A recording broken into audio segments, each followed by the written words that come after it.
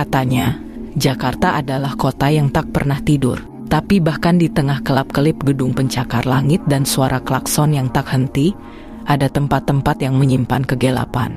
Bukan karena tak ada cahaya, tapi karena terlalu banyak cahaya yang bukan untuk menerangi, melainkan untuk menyembunyikan sesuatu. Salah satunya adalah Klub Genesia, diskotik mewah yang terletak di pojok gelap kawasan SCBD, berdiri mencolok namun terasa seolah bukan bagian dari kota. Bangunannya tinggi, berlapis kaca hitam berkilat, dengan logo bergambar topeng wanita bertanduk, tak ada nama tertulis. Orang-orang menyebutnya G, sebuah nama yang seolah sengaja dibuat untuk tidak dikenali. Bangunan itu dulunya adalah gedung bioskop tua, terbakar pada tahun 1998 saat kerusuhan besar. Di dalamnya terdapat sebuah panggung mini, tempat pertunjukan tari kabaret yang konon hanya untuk tamu khusus. Namun malam itu, ketika api melalap panggung, seorang penari bernama Ratna Ayu belum sempat turun dari pentas. Tubuhnya terbakar hidup-hidup, terjebak karena pintu darurat dikunci dari luar. Tak ada yang menolong, tidak ada yang mengakui kehadirannya malam itu. Puluhan tahun kemudian, gedung itu dibeli oleh seseorang yang tak pernah muncul di depan publik. Pemilik Klub Genesia hanya dikenal lewat nama PT kosong dan rekening tanpa wajah. Namun diskotik ini berkembang begitu cepat, dalam 6 bulan sudah jadi lokasi eksklusif, dikunjungi selebritas, pejabat, dan pengusaha. Tiket masuk bisa jutaan, tapi yang lebih aneh lagi, tempat ini tak pernah sepi. Nadira baru 2 minggu bekerja sebagai bartender di sana. Ia tidak pernah merasa nyaman, meski gajinya nyaris 2 kali lipat dari tempat sebelumnya. Ada sesuatu dalam udara klub itu yang berat, seperti keringat, alkohol, dan bunga layu. Kadang saat bar sepi, ia mencium aroma melati terbakar, padahal tak ada dupa, apalagi bunga. Malam itu, sekitar pukul 3 dini hari, DJ mulai memainkan musik house yang semakin menghentak. Lantai dansa dipenuhi manusia yang mabuk kenikmatan, berkeringat, tertawa, menggelinjang dalam irama. Tapi dari pojok kanan atas ruangan, tempat cahaya lampu ungu biasanya redup, Nadira melihat sesuatu. Sebuah bayangan melayang samar, bergerak, menari. Langkahnya tidak seperti manusia, tidak selaras dengan musik. Ia meliuk seperti boneka patah, perlahan, naik turun, bergoyang dengan tempo ganjil. Nadira berkedip, bayangan itu menghilang. Tapi lampu ungu tetap menyala, berkelip-kelip meski tombolnya dalam posisi mati. Ia coba menenangkan diri, mengira kelelahan. Namun saat jam menunjukkan pukul 3 pagi, lampu strobo menyala sendiri. Selalu di jam itu, selama 13 detik, dan hanya dia yang sadar, seolah waktu berhenti untuk semua orang kecuali dirinya. "Lo lihat nggak?" tanya Nadira ke Jaka, teknisi sound yang sedang menyusun kabel di belakang panggung. Jaka hanya diam sejenak, lalu berkata pelan, "Udah berapa malam kerja di sini?" 2 minggu. "Gue 7 bulan. Tiap malam, jam segitu, lampu ungu itu nyala sendiri. Jangan tanya kenapa, dan jangan pernah rekam. Percuma." Nadira terdiam, matanya menatap langit-langit. Ada suara, seperti hentakan kaki kecil, ritmis, seperti tarian. Tapi tak ada orang di atas, hanya ruang peralatan. Ia mencoba bertanya ke manajer, tapi manajer hanya berkata, "Kalau nggak kuat, besok berhenti aja." Malam-malam selanjutnya, keanehan semakin menjadi. Seorang pengunjung bernama Evan datang 3 kali berturut-turut. Ia selalu membeli ruang VIP sendirian, tak bawa teman. Tapi musik dari ruangannya terdengar keras, seperti ada 10 orang berpesta. Lalu suatu malam, Evan menari sendiri di lantai dansa. Tidak seperti biasanya, ia menari dengan mata tertutup, mulut komat-kamit, tangannya bergerak membentuk simbol aneh. Penari lain menjauh, merasa ngeri. Ia terus menari sampai musik berhenti. Dan ketika lampu disko kembali menyala, Evan menghilang. Polisi datang esoknya. hanya menemukan jaketnya tergantung di toilet pria. Rekaman CCTV dari jam 3 pagi hilang. Filenya korup. Hanya terlihat siluet kabur seperti seseorang sedang dipeluk oleh bayangan tinggi berambut panjang, lalu gelap total. Nadira menggigil. Ia merasa sesuatu sedang tumbuh di dalam tempat itu, seperti lubang hitam yang perlahan menghisap jiwa. Dan semakin lama ia bekerja, semakin sering ia bermimpi buruk tentang perempuan yang menari sambil terbakar, tersenyum dengan mata meleleh, dan suara-suara yang terus berkata, "Jangan biarkan pestanya berhenti, jangan biarkan lampunya padam." Dan memang, sampai pagi menjelang, lampu di klub Ganesha tidak pernah padam. Tak ada yang mencatat namanya dalam arsip resmi, tapi bagi mereka yang pernah menjadi bagian dari dunia hiburan Jakarta era 90-an, nama Ratna Ayu masih tersisa di antara bisikan tua para kru panggung dan pemilik klub-klub usang.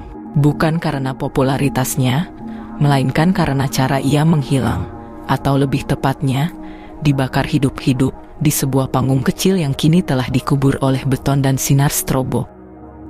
Sebelum klub Ganesha berdiri, lokasi itu adalah bioskop Satria, bangunan bergaya Art Deco yang sudah mulai usang sejak awal reformasi. Namun di lantai bawah tanahnya, tersembunyi sebuah ruang hiburan khusus, kabaret bernama Langen Sukma. Tak banyak yang tahu, karena pertunjukan di sana tak pernah diiklankan. Hanya mereka yang membawa undangan tertentu yang diizinkan masuk. Kabarnya, pertunjukan itu bukan sekadar hiburan. Ada sesuatu yang ditawarkan di sana, sesuatu yang lebih gaib.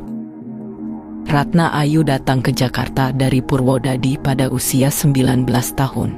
Bermodal tubuh lentik, wajah oval eksotis, dan mata yang menyimpan duka, ia berpindah-pindah dari klub ke klub. Tapi hanya di Langen Sukma ia merasa diterima. Pemilik kabaret, seorang lelaki keturunan India Jawa bernama Bagas Mardana, melihat sesuatu dalam diri Ratna. Auranya berbeda, katanya. Ia menari bukan seperti manusia biasa. Ada kekuatan, magnet, dan kesedihan yang membuat siapapun menatapnya tak berkedip. Bagas punya ritual sebelum pertunjukan besar. Semua penari harus melewati semacam tirakat, berendam di air bunga 7 rupa di ruang belakang, membaca mantra yang tak mereka mengerti, dan berpuasa bicara selama 7 jam. Ratna melakukannya tanpa bertanya. Ia hanya ingin tetap menari. Malam yang disebut-sebut sebagai malam tumbal besar berlangsung saat kota sedang kacau, Mei 1998. Sementara kerusuhan meledak di luar, Langen Sukma tetap buka. Bagas menyebutnya panggung penyambutan kekuasaan baru. Ia meminta Ratna Ayu menari sendirian di akhir pertunjukan, sebuah persembahan khusus. Namun malam itu, sesuatu tak berjalan sesuai rencana. Api menyala di bagian depan gedung, entah dari molotov atau korsleting. Penonton kabur, kru lari, tapi Ratna Ayu masih berada di atas panggung, melanjutkan tariannya. Ia seperti tak sadar api sudah menjilat tirai. Ia menari dengan mata kosong, tubuhnya berputar, tangan membentuk gerakan khas Jawa yang dimodifikasi. Bagas yang terakhir terlihat berdiri di lorong atas, tidak menolong. Pintu darurat ditutup. Ratna Ayu terperangkap. Menurut petugas pemadam, tubuhnya tak pernah ditemukan utuh. Yang tersisa hanyalah lonceng kaki yang meleleh dan bau melati yang membatu. Bagas menghilang. Bioskop ditutup. Langen Sukma dibongkar. Tapi beberapa warga sekitar mengatakan setiap bulan Mei, mereka mencium bau melati terbakar dan mendengar suara kaki yang menghentak, seperti sedang menari di ruang kosong. 2 dekade berlalu. Bekas gedung itu dijual ke perusahaan properti misterius. Tak ada pelelangan, tak ada penawaran terbuka. Dan yang lebih aneh, pembangunan klub Ganesha hanya butuh waktu 99 hari. Sebuah angka keramat dalam ilmu hitam. Dalam proses pembangunan, 2 pekerja hilang secara misterius. Salah satunya ditemukan meninggal. Matanya terbuka dengan posisi tubuh seperti menirukan gerakan tari klasik. Yang satu lagi ditemukan telanjang, tergantung di ruang pencahayaan, dengan pita kain bertuliskan aksara Jawa kuno. Wong kang ganggu gendhing bakal ilang rasa lan rogo. Orang yang mengganggu irama akan kehilangan rasa dan raga. Arsitek proyek itu, seorang ekspatriat Prancis, mengundurkan diri sebelum peresmian. Dalam wawancara terakhirnya, ia hanya berkata, ada sesuatu yang salah di bawah ruangan itu. Suaranya seperti ada yang sedang menari. Kini, di klub Genesia, kamar mandi wanita lantai 3 terkenal sebagai tempat paling angker. Banyak pengunjung, khususnya perempuan, mengaku melihat bayangan wanita menari di balik kaca, tapi hanya dari ekor mata. Jika mereka menatap langsung, bayangan itu hilang. Namun siapapun yang melihatnya akan mengalami mimpi buruk selama 3 malam berturut-turut, selalu dengan pola yang sama. Ratna Ayu menari, terbakar, lalu mendekat dan berkata, "Aku masih menari karena belum ada yang menggantikan. Kau bisa menari untukku." Nadira mulai melihat mimpi itu. Setiap malam, tubuhnya semakin lemas. Setiap malam musik dari ruang dansa terdengar meski ia sudah di rumah. Dan setiap pukul 3 pagi, lampu kamar apartemennya berkedip, persis seperti strobo ungu di Genesia. Ia mulai menyelidiki, bertanya ke Iwan, cleaning service tua yang sudah bekerja sejak awal renovasi. Iwan menolak bicara, tapi malam itu ia menyelipkan selembar kertas ke dalam tas Nadira, bertuliskan, "Lantai dansa itu bukan tempat biasa, itu panggung Ratna Ayu. Jangan berdiri di tengahnya terlalu lama, apalagi jika kau sendirian." Sejak menerima kertas dari Iwan, Nadira mulai memperhatikan lebih dalam. Ia tak lagi hanya merasa aneh. Ia mulai mencurigai dirinya sendiri. Malam itu, setelah selesai shift, ia pulang ke apartemen kecilnya di Tebet. Langit mendung, hujan gerimis memantulkan cahaya lampu jalan seperti kilau disko yang tak pernah padam. Di kamar, ia duduk di depan cermin, melepaskan anting dan makeup. Tapi saat ia membungkuk, dari ekor matanya, ia melihat pantulan tubuhnya sendiri bergerak. Kepalanya tidak ikut, tapi bahunya, pinggangnya, bergerak perlahan, berayun ke kanan dan kiri dalam ritme yang asing. Ia menatap langsung, gerak itu berhenti, tapi keringat dingin sudah turun di tengkuknya. Ia berdiri, perlahan, mencoba menirukan gerakan tadi, dan tanpa ia sadari, tubuhnya menyambut, kakinya melangkah, lengannya membentuk lekukan, tangannya menyatu membentuk mudra. Musik mulai terdengar, bukan dari luar, tapi dari dalam telinganya. Sebuah gending Jawa, pelan dan menyeramkan. Ia berhenti, tapi detak jantungnya tidak. Sesuatu telah berubah. 3 hari berturut-turut, Nadira mengalami mimpi yang sama. Ia berada di tengah lantai dansa klub Genesia, sendirian. Lampu mati, hanya cahaya ungu yang menyinari tubuhnya. Di sekelilingnya, ratusan wajah tanpa mata menonton, tersenyum, menunggu. Lalu dari langit-langit turun tali api, dan seorang perempuan melayang turun. Rambutnya panjang, wajahnya separuh meleleh. "Ratna Ayu, kau penari pilihanku," katanya dalam bahasa yang tak keluar dari mulut, tapi langsung menancap ke dalam kepala. "Tubuhmu sudah mulai mengerti." Nadira terbangun dengan napas memburu, tapi ia bukan hanya bermimpi. Tangannya, di bagian bawah pergelangan kiri, tergores garis merah memanjang. Bukan luka, tapi seperti tanda. Sebuah simbol berbentuk melingkar seperti angka 8 yang dilintasi paku. Ia tak tahu artinya, tapi simbol itu muncul kembali malam berikutnya, di sisi tulang rusuknya, lalu di belakang telinganya, lalu di bawah leher. Ia mulai memakai baju berleher tinggi ke tempat kerja, tapi tubuhnya mulai terasa ringan. Terlalu ringan, seperti melayang saat berjalan. Di dalam klub, setiap kali musik menyentuh nada tertentu, kakinya bergerak sendiri, lambat, bergelombang. Dan saat ia menatap pantulan dirinya di kaca bar, Nadira tak mengenali siapa yang sedang menari.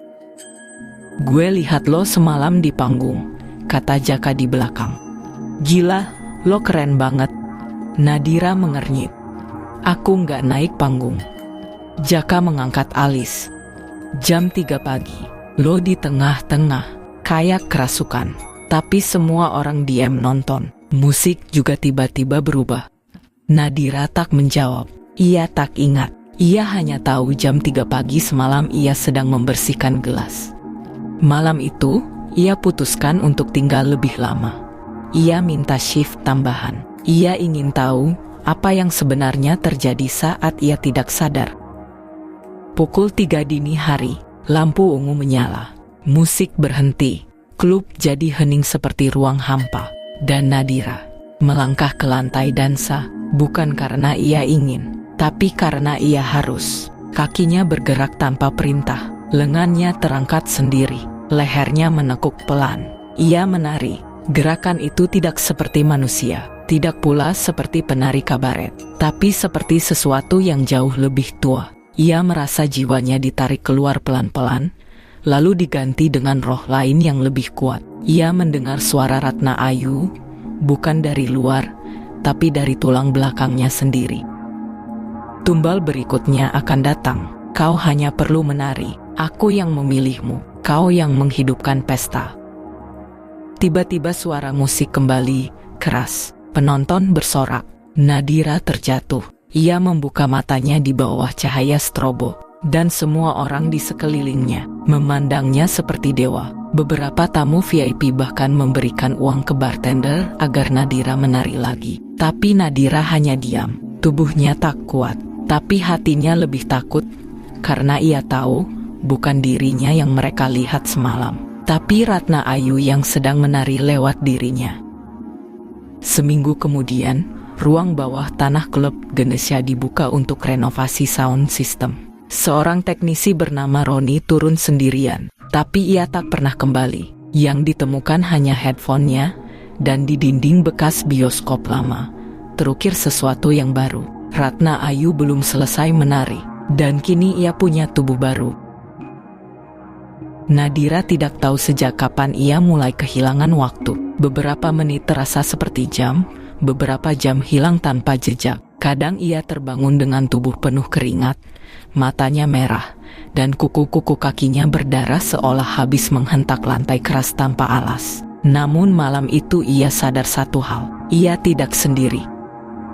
Beberapa staf lain pun mulai merasakan keanehan. Iwan, si petugas kebersihan tua, mendekatinya dengan wajah pucat. Kau harus berhenti, katanya lirih sambil mengelap meja bar.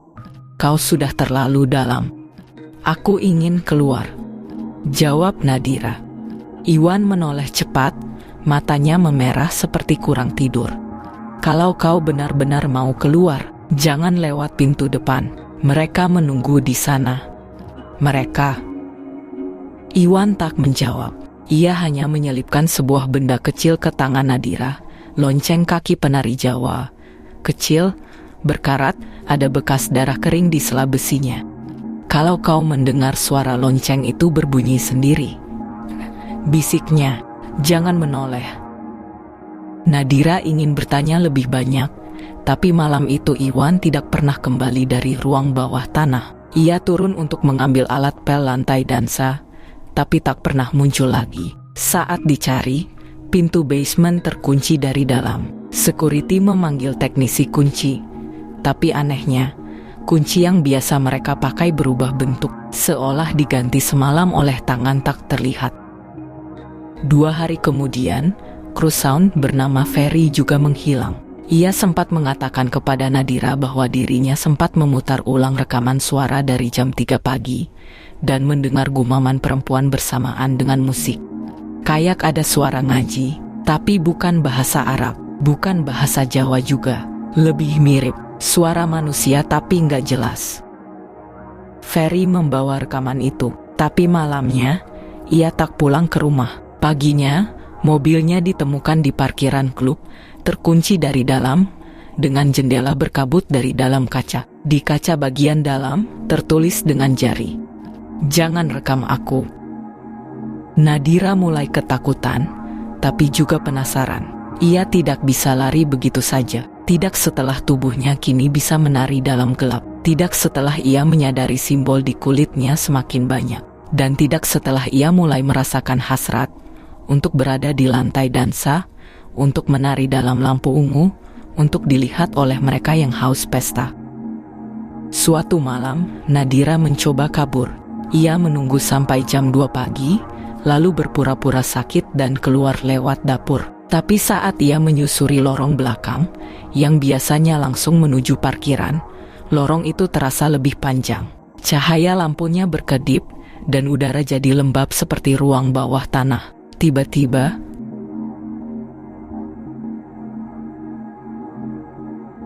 lonceng itu berbunyi, tapi ia tidak bergerak. Ia tahu peringatan Iwan, jangan menoleh. Tapi suara itu makin dekat, dan dari pantulan kaca lemari stainless dapur, Nadira melihat siluet penari dengan rambut terurai, tubuhnya terbakar pelan, dan kaki-kakinya berdarah. Menari mengelilinginya. Suara-suara mulai terdengar. Kau penari yang dipilih, kau menghidupkan pesta kami. Tumbal berikutnya adalah cinta terdekatmu. Nadira terdiam. Ia tahu maksudnya. Ibunya. Pagi harinya, Nadira memutuskan untuk pulang ke rumah ibunya di Depok. Tapi rumah itu kosong, sepi, tidak ada jejak ibunya. Tetangga bilang, ibunya pergi sejak kemarin sore. Katanya dijemput mobil hitam besar yang tak terlihat supirnya. Nadira gemetar. Di kamar ibunya, ia menemukan sesuatu yang membuat lututnya lemas. Foto Ratna Ayu, tapi bukan dari masa kini. Foto tua, hitam putih, bertuliskan di belakangnya.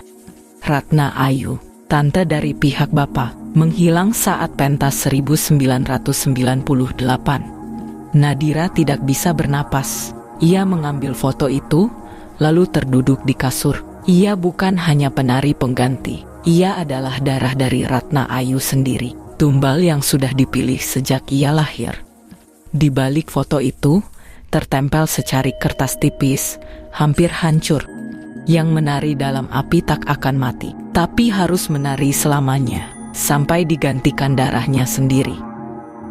Nadira menjerit. Ia tak sadar bahwa dari hidungnya mulai keluar darah, kepalanya berat, dan tubuhnya mulai menari meski ia duduk.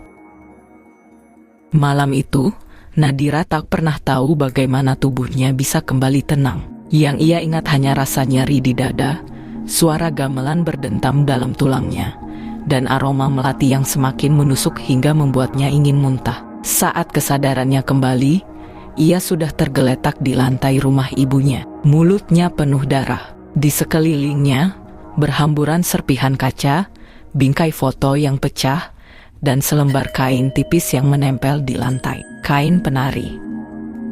Ibunya tidak ada, tapi ada sesuatu yang membuat Nadira merasa tidak sepenuhnya sendirian. Di atas meja kayu tua, tersusun rapi buku-buku harian lama, dengan salah satu halaman terbuka. Di sana tertulis, kalau tarian ini muncul lagi di garis darah kita, hanya satu orang yang bisa menolong, Bu Laksmi. Dia yang terakhir hidup dari panggung Langen Sukma. Nadira tidak tahu siapa yang membuka halaman itu. Mungkin ibunya sebelum dijemput, mungkin arwah. Ia tak peduli. Ia hanya tahu satu hal. Ia harus menemui Bu Laksmi sebelum tubuhnya menari selamanya. Hujan turun sejak sore, seperti membasuh Jakarta dari sesuatu yang tidak kasat mata. Nadira berdiri di luar pintu kayu tua berukir bunga melati, di pinggir pasar Minggu. Alamat itu ia temukan dari catatan lama milik ibunya, tertulis dengan pensil di halaman belakang buku agenda. Laksmi, penari terakhir, Jalan Duren 3, nomor 13. Perempuan tua yang membukakan pintu tampak rapuh, tapi tatapannya tajam, menusuk. Wajahnya penuh garis kehidupan, namun tubuhnya masih tegak. Bahkan jari-jari tangannya lentik, seperti masih ingat irama tari. Apa kamu darahnya Ratna Ayu? Tanya Bu Laksmi sebelum Nadira sempat memperkenalkan diri.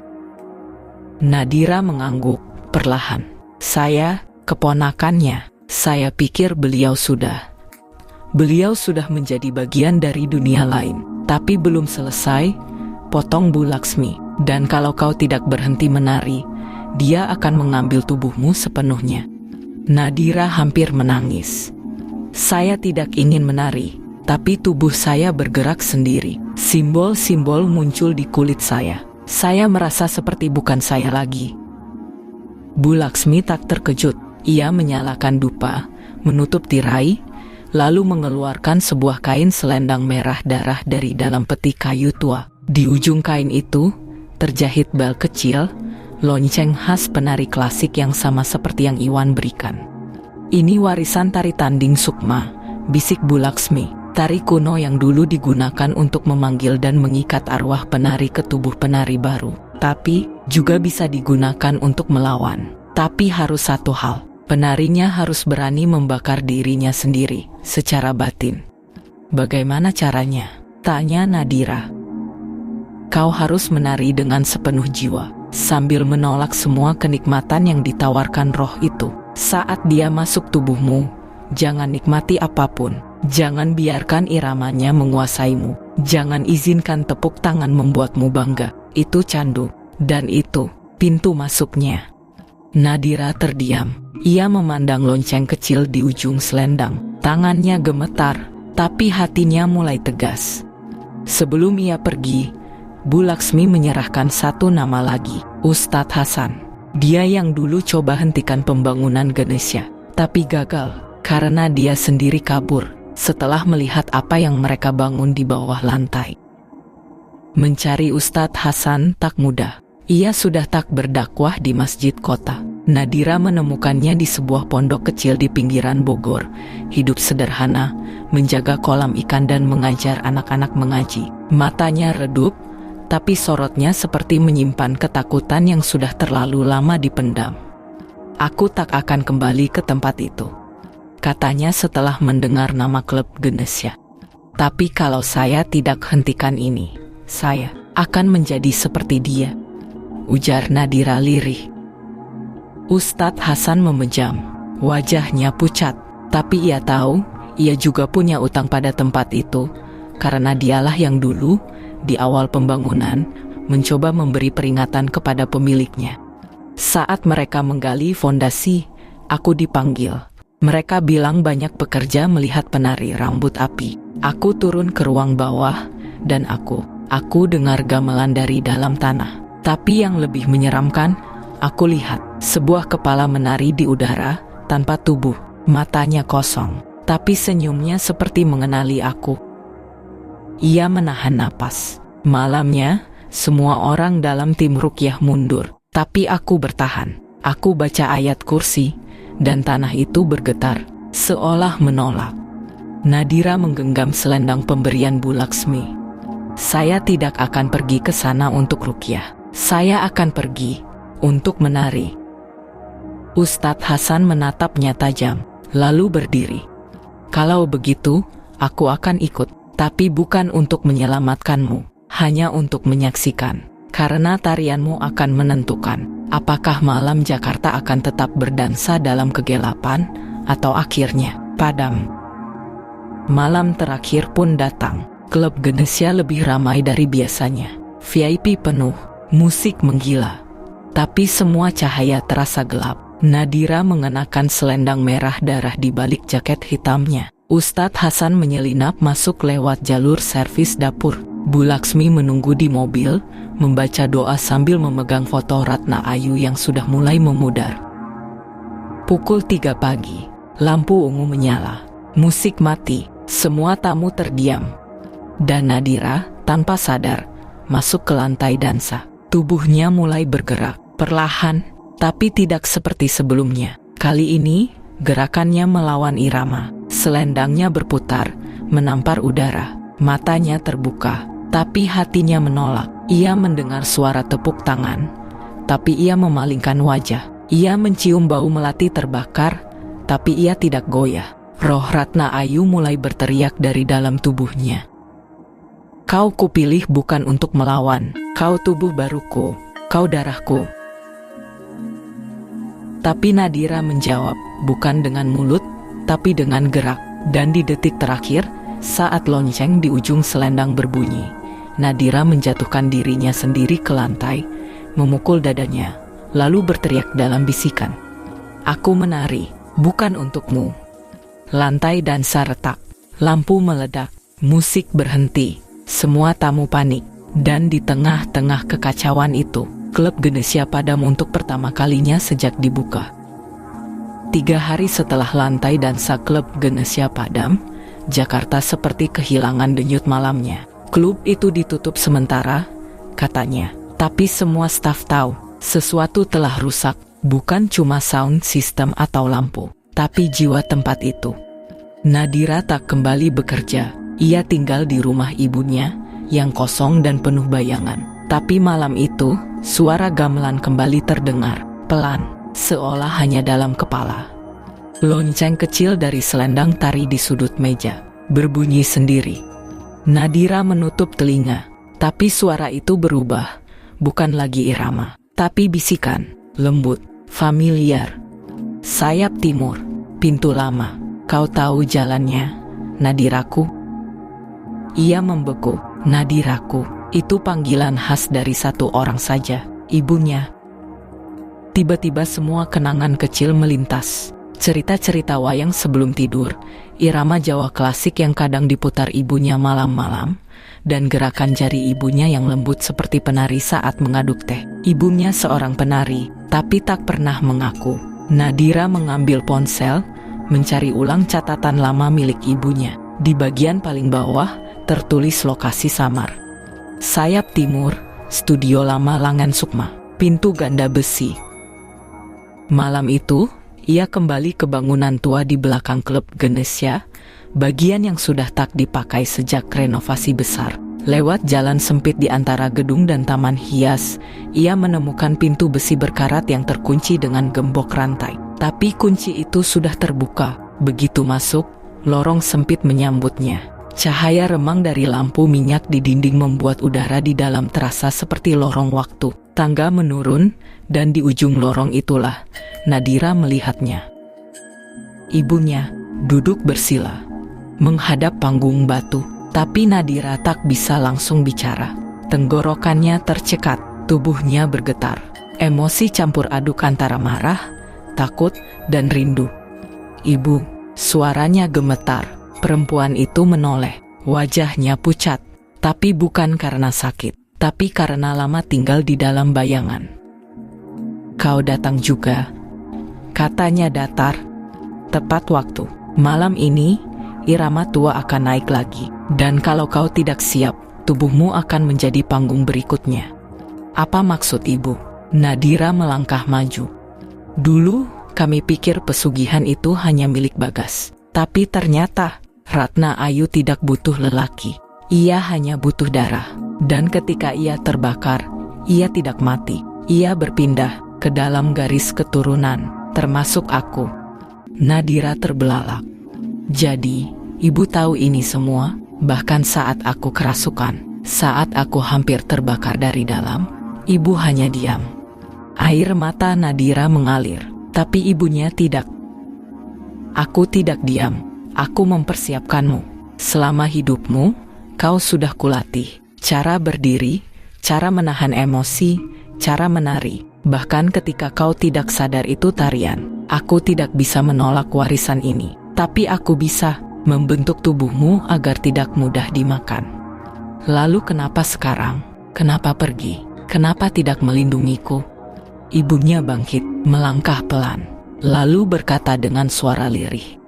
Karena aku sedang menyiapkan tempat baru, tempat terakhir untuk mengurung Ratna Ayu. Nadira mundur selangkah. Apa maksud ibu? Perempuan itu memegang bahu Nadira, lalu menatapnya dalam. Aku tahu, waktuku tidak banyak. Arwahnya sudah mulai menyatu denganku. Tapi sebelum aku habis, aku bisa mengalihkan dirinya untuk terakhir kali. Dengan satu syarat, kau harus membakar tempat ini. Bakar studio ini pusat iramanya. Panggung terakhir Langan Sukma. Saat api menyala dan lonceng berbunyi, dia akan datang. Tapi jika iramanya terputus saat api membesar, dia akan lumpuh. Tak bisa pindah tubuh, tak bisa menari lagi. Nadira ingin menolak, tapi dalam dadanya, irama gamelan semakin keras. Tubuhnya mulai bergerak pelan. Roh Ratna Ayu datang lagi, bukan hanya dalam mimpi, tapi melalui ibunya sendiri. "Kalau begitu, aku akan menari bersamamu," kata Nadira, lirih. Ibunya tersenyum untuk pertama kali, tapi senyum itu tragis. "Tidak, Nadiraku. Kali ini, aku yang akan menari, kau yang menyalakan api." Beberapa menit kemudian, di dalam studio tua yang remang, dua tubuh berdiri di tengah panggung. Satu perempuan lanjut usia, dengan selendang merah dan mata kosong. Satu lagi anaknya, menggenggam korek api dan botol bensin. Irama gamelan terdengar entah dari mana, tapi tubuh ibunya mulai bergerak. Kerasukan penuh, suara tertawa Ratna Ayu menggema, membuat lampu minyak bergoyang. Dan saat tubuh ibunya menari dalam gerakan terakhir, tarian pemanggil jiwa, Nadira membisikkan, "Maafkan aku, Bu," lalu membakar panggungnya. Api menyala, arwah Ratna Ayu menjerit, tapi suara ibunya tetap menyanyi dalam Jawa halus, menahan roh itu agar tidak lari. Dan dalam kobaran api, lonceng di ujung selendang berbunyi sekali untuk terakhir kali. Esok harinya, klub Genesia resmi ditutup permanen. Studio tua di sayap timur ditemukan hangus. Tak ada jasad, tak ada api, hanya abu dan sebuah selendang merah masih berdenting pelan. Sudah 2 minggu berlalu sejak klub Genesia ditutup. Gedungnya disegel, cat dindingnya mulai mengelupas. Media menyebutnya kebakaran listrik internal, padahal petugas pemadam tak menemukan kabel yang terbakar. Mereka hanya menemukan abu halus dan lonceng kecil yang tak berhenti bergetar meski tidak disentuh angin. Nadira kembali ke rutinitas sederhana. Ia bekerja paruh waktu di kafe kecil di Rawamangun. Tidak ada panggung, tidak ada musik keras, hanya suara mesin kopi dan lagu akustik pelan. Tapi tubuhnya belum sepenuhnya tenang. Kadang saat ia mengambil gelas, jemarinya membentuk mudra penari. Kadang saat ia melangkah ke dapur, kakinya menghentak pelan, seperti sedang latihan tari klasik. Ia cepat-cepat menghentikannya, tapi selalu terasa seperti ada yang masih tinggal di dalam sendinya. Ia sempat mendatangi Bu Laksmi lagi, tapi rumah itu kosong. Jendelanya tertutup, daun kering menumpuk di depan teras. Tidak ada jejak kehidupan, hanya satu benda tertinggal di ambang pintu. Foto tua Ratna Ayu, kini sudah gosong sebagian, dan di baliknya tertulis, "Tari yang sudah dibuka, tak akan hilang, hanya bisa dilanjutkan atau dihentikan dengan darah." Nadira menyimpannya, tapi setiap malam, ia bangun pukul 3 pagi, tepat, tanpa alarm. Dan setiap kali itu terjadi, ia merasa lantai kamarnya bergetar, pelan, seperti langkah kaki penari lain. Suatu malam, saat pulang kerja, ia melihat brosur menempel di halte dekat apartemen. Grand Opening, Klub NYX, lokasi X Genesia Building, sayap barat tanggal, Jumat malam, jam 3 pagi sampai selesai. Jantung Nadira langsung merosot ke perut. Genesia dibuka lagi dengan nama baru, tapi waktu bukanya masih sama. Pukul 3 pagi, irama yang sama, lokasi yang hampir sama, hanya saja bukan sayap timur, tapi sayap barat. Sebelahnya, dinding yang berbatasan langsung dengan studio lama yang ia bakar. Jadi, roh itu belum mati, hanya bergeser. Dan kini, sedang membangun panggung baru. Ia pergi malam itu juga, berdiri di seberang jalan, menatap neon biru klub NYX yang berkedip di tengah kabut. Musik belum terdengar, tapi Nadira bisa merasakannya, denyut dalam tulang. Gamelan yang ditutupi beat elektronik, irama tua yang dibungkus dalam pesta modern. Tiba-tiba, seseorang menepuk pundaknya. Nadira berbalik, seorang pria muda, berjubah gelap, menunduk sopan. Ustadz Hasan. Wajahnya tampak lebih tua, tapi sorot matanya kini tenang. "Aku sudah tahu ini akan terjadi," katanya. "Ritual tak bisa dimusnahkan, hanya bisa digeser. Dan mereka yang pernah menari, akan selalu jadi pintu masuk." "Apa aku harus kembali ke sana?" tanya Nadira. "Belum," jawabnya. "Tapi saat lonceng berbunyi sendiri, kau akan tahu, karena tarianmu belum selesai. Masih ada satu gerakan terakhir." Nadira menunduk, mencengkeram jaketnya. Angin malam berhembus membawa aroma melati. Di seberang, lampu klub makin terang. Orang-orang mulai mengantri. Musik belum mulai, tapi dari dalam dadanya, Nadira mendengar gema, langkah kaki, lonceng kecil, dan suara tertawa perempuan jauh di bawah tanah. Klub NYX langsung viral sejak hari pertama dibuka. Semua anak muda Jakarta Selatan ngomongin tempat itu. Katanya, tempatnya vintage tapi kekinian, dengan desain industrial dan sentuhan Jawa klasik. Bahkan ada instalasi seni berbentuk topeng penari klasik, menggantung di atas bar, yang katanya bisa gerak sendiri kalau malam Jumat.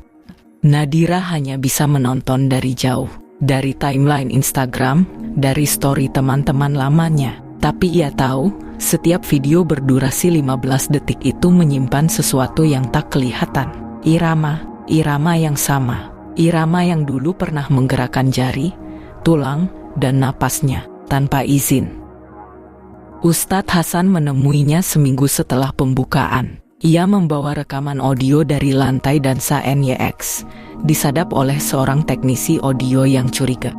Dengar bagian ini, katanya, menyerahkan headset. Nadira mendengarnya. Musik EDM biasa.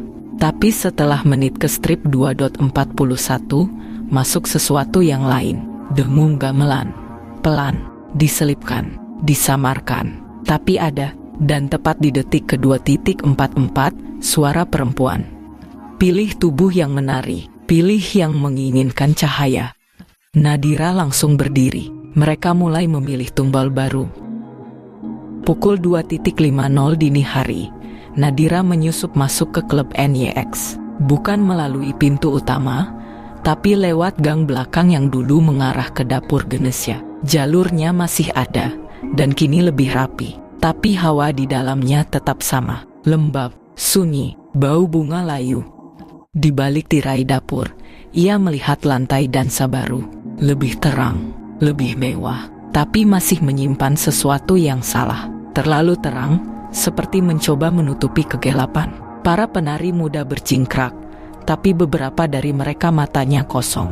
Terlalu sinkron, terlalu selaras. Bukan manusia, tapi tarian roh. Tiba-tiba, lampu mati sebentar. Hanya 2 detik, tapi cukup untuk membuat Nadira melihatnya.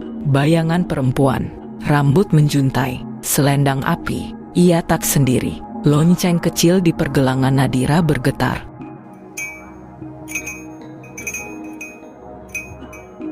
Dan dari seberang ruangan, seorang perempuan muda, masih remaja, mungkin 17 tahun, berjalan perlahan ke tengah panggung. Tubuhnya gemetar, tapi matanya seperti sedang menikmati setiap irama. Ia menari.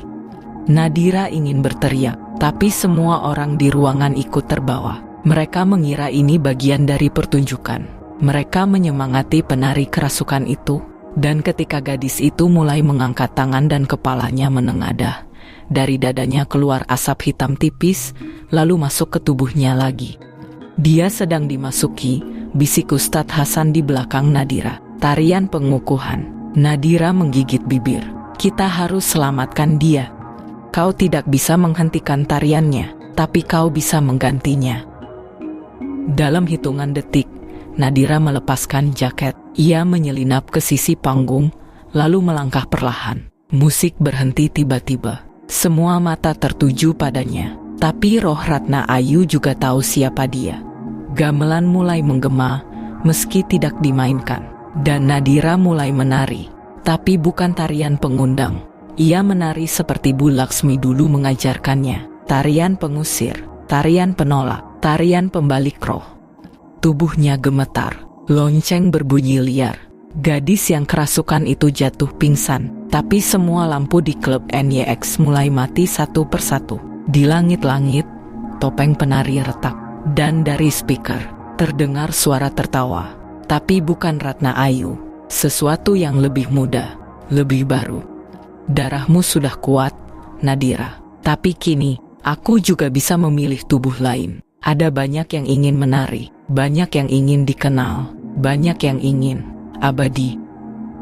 Nadira keluar dari klub malam itu dalam keadaan setengah sadar. Ustadz Hasan membawanya ke mobil. Di jok belakang, gadis muda yang tadi kerasukan masih tak sadarkan diri. Tapi wajahnya mulai berubah. Pipinya makin tirus. Tangannya gemetar. Namanya siapa? Tanya Nadira lemah. Nggak tahu, kata Ustadz Hasan. Tapi dia bukan satu-satunya. Banyak yang sudah masuk daftar. Daftar. Ustadz Hasan menyerahkan selebaran. Pendaftaran penari utama klub NYX audisi tertutup. Tanggal 17 peserta terbatas. Hanya untuk yang terpilih. Dan di pojok bawah tercetak simbol merah tua, simbol yang dulu muncul di kulit Nadira. Klub NYX bukan hanya tempat pesta, tapi panggung baru untuk memilih jiwa. Dan Nadira tahu, ia harus masuk lebih dalam lagi, bukan untuk menari, tapi untuk menghentikan irama dari dalam tubuh para calon tumbal. Karena sekali musik diputar, roh lama tak akan pergi sendirian. Ia akan membawa penari baru bersamanya. Audisi itu tidak diumumkan secara publik, tidak ada pendaftaran daring, tidak ada formulir, hanya selebaran eksklusif yang menyebar di tangan-tangan terpilih. Model freelance, dancer underground, selebgram kecil, dan anak-anak malam yang dikenal rajin ikut pesta tapi juga rajin kalah dalam hidup. Nadira mendapat selebarannya dari Ustadz Hasan yang mengambilnya dari saku seorang pemuda yang ditemukan tewas mendadak di gang belakang NYX. Wajahnya tersenyum. Hari audisi, pukul 2 dini hari. Tempatnya bukan di panggung utama NYX, tapi di ruang bawah tanah yang dibuka kembali. Para peserta dipanggil satu persatu, hanya mengenakan pakaian hitam dan diberi selendang putih polos. Tidak ada juri, hanya kamera di sudut ruangan, dan seorang pemandu yang tak pernah bicara, berbusana merah tua dan mengenakan topeng separuh wajah. Nadira menyamar sebagai peserta bernama Rima. Rambutnya dikepang ke belakang. Ia mengenakan soft lens abu-abu, dan suara gamelannya ia tahan sedalam mungkin dalam dadanya. Peserta pertama masuk, seorang pria. Ia menari bebas, seperti penari modern pada umumnya. Tapi setelah 2 menit, lampu ruangan redup, musik berhenti, dan pria itu terjatuh sendiri, lalu kejang seperti kesurupan. Ia dikeluarkan diam-diam. Peserta kedua, seorang perempuan, menari lebih lambat, matanya terpejam. Tapi tiba-tiba ia tertawa sendiri, lalu memukul wajahnya dengan tangan kiri.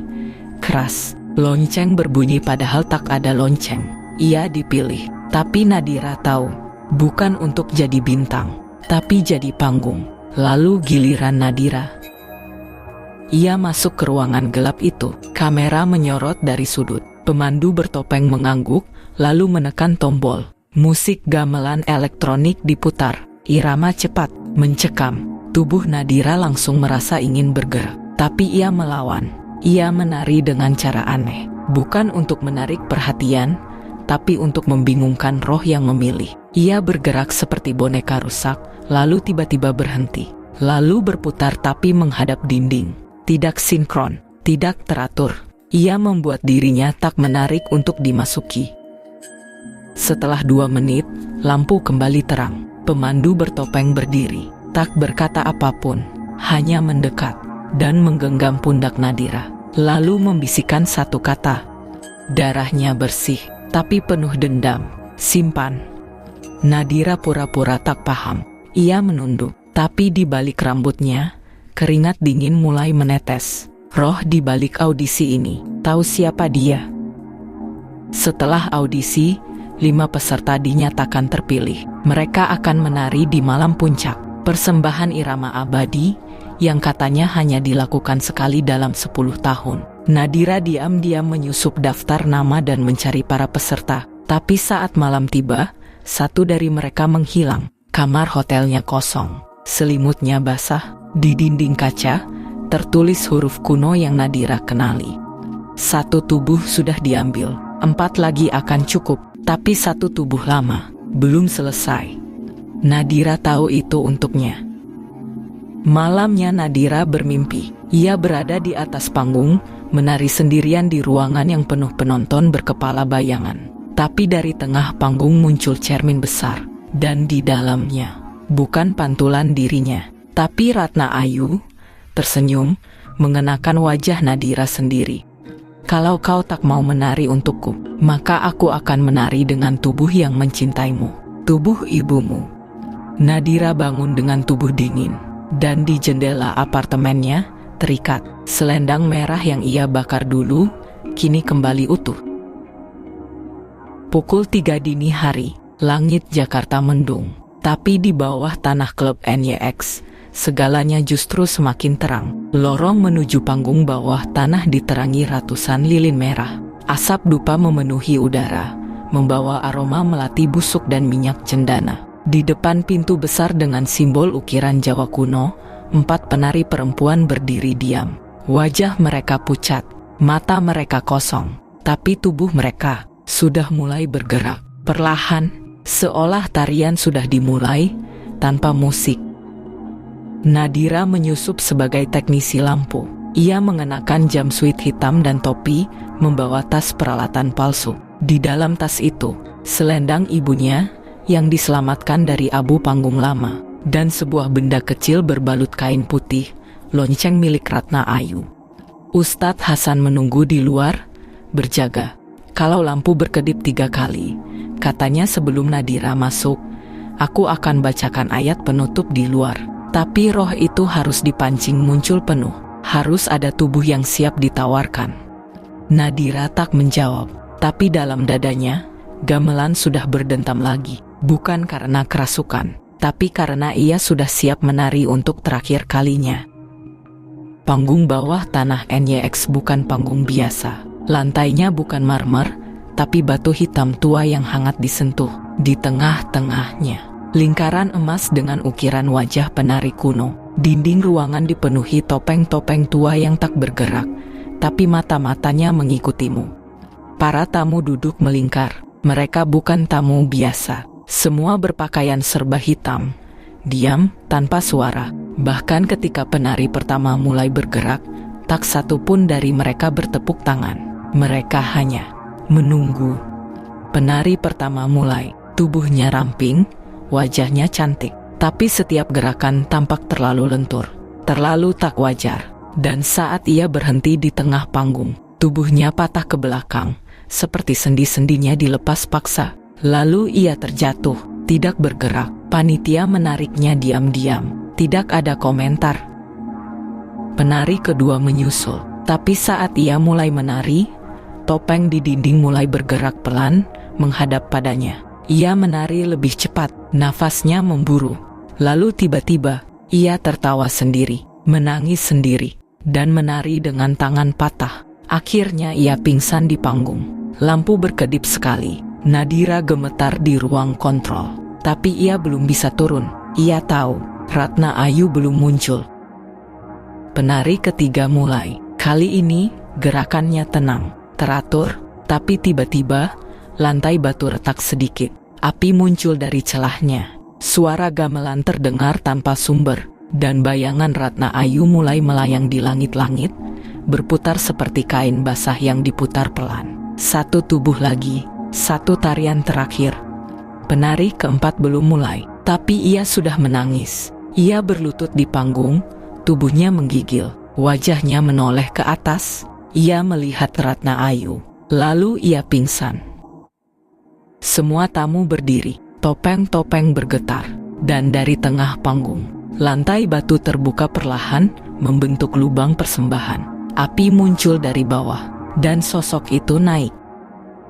Ratna Ayu, penuh, tubuhnya utuh, wajahnya Nadira, matanya merah, tangannya terbakar, dan ia mulai menari, tanpa tubuh. Nadira tak punya waktu, ia lari turun ke panggung, loncat dari sisi, penonton bergeming, seolah mereka tahu, penari sesungguhnya baru saja datang. Nadira berdiri berhadapan dengan Ratna Ayu, api di sekeliling mereka, langit-langit remang. Dan musik gamelan mulai dari dalam dada mereka berdua. Nadira membuka selendang ibunya, mengikatnya ke pinggang. Ia mulai bergerak, tapi bukan tarian Ratna Ayu, Ia menari dengan pola milik Langen Sukma. Tarian pengusir, tarian pemutus darah, tarian penutup warisan. Ratna Ayu tertawa. Tubuhnya mulai retak, tapi ia melawan. Ia menari di udara, berputar tanpa tanah, menyerang Nadira dengan bayangan. Tiba-tiba, lampu berkedip 3 kali. Ustadz Hasan memulai pembacaan dari luar. Topeng-topeng meledak satu persatu. Para tamu, yang ternyata roh-roh penari lama, mulai terbakar. Lonceng di tangan Nadira berbunyi terus. "Cukup," jerit Ratna Ayu. "Kau pikir bisa menghentikanku dengan menari sendirian?" Dan Nadira menjawab, "Aku tidak sendirian. Aku menari dengan ibuku, dengan semua penari yang kau telan. Dan kami menari untuk mengusirmu." Tarian berakhir dengan satu hentakan kaki. Lantai batu pecah, api naik ke langit-langit. Ratna Ayu menjerit, dan tubuh Nadira terbakar dalam cahaya putih, bukan api biasa, tapi cahaya dari dalam tubuhnya sendiri. Semua jadi diam. Keesokan harinya, klub NYX terbakar habis. Tak ada korban ditemukan, tidak ada tanda pertarungan. Hanya satu benda tertinggal di tengah ruang bawah tanah, sebuah selendang merah dan lonceng yang sudah patah. Diam di tengah panggung yang gosong. Jakarta tidak pernah benar-benar tidur. Setelah tragedi kebakaran besar yang membumi hanguskan klub NYX, berita cepat dilupakan. Para influencer pindah ke klub baru, para pemodal cuci tangan. Polisi menyebutnya kasus kelalaian teknis. Tidak ada yang tahu soal persembahan. Tidak ada yang tahu soal Ratna Ayu. Dan Nadira tidak ditemukan. Tidak juga dinyatakan mati, hilang, tanpa jejak. Tapi cerita tentangnya menyebar perlahan, dari mulut ke mulut di kalangan penari klasik, paranormal, hingga ustadz-ustadz muda yang pernah mendengar lonceng di dalam mimpi mereka. Mereka menyebutnya penari pemutus kutukan, satu dari sedikit manusia yang pernah menari dalam lingkaran iblis, dan keluar tanpa tubuh. 6 bulan kemudian, di sebuah kafe kecil di daerah Kemang, live musik baru saja selesai. Lampu-lampu remang menyala, pelayan membereskan kursi, tapi salah satu pengunjung perempuan muda tetap duduk di sudut.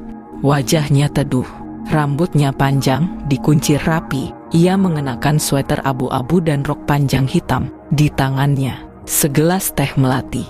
Di lantai, di dekat kakinya, lonceng kecil tergelincir dari saku.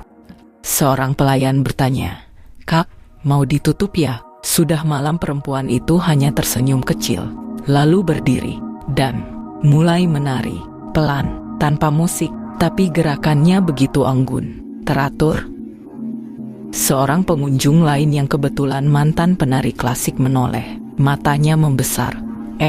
Itu gerakan Langen Sukma, tapi dibalik, itu versi pembersihan roh. Perempuan itu berhenti sejenak, menoleh. "Aku hanya menari agar kalian tak perlu lagi menari untuk mereka." Lalu melangkah keluar, meninggalkan kafe, dan di belakangnya, lonceng berbunyi mengikuti langkahnya. Beberapa bulan setelahnya, terdengar kabar. Sebuah klub malam besar di luar kota mencoba membuka ruang pemanggil energi budaya lokal dengan panggung tematik. Tapi sebelum grand opening, salah satu penari melihat perempuan misterius berlatih di cermin, sendirian. Tersenyum, lalu hilang.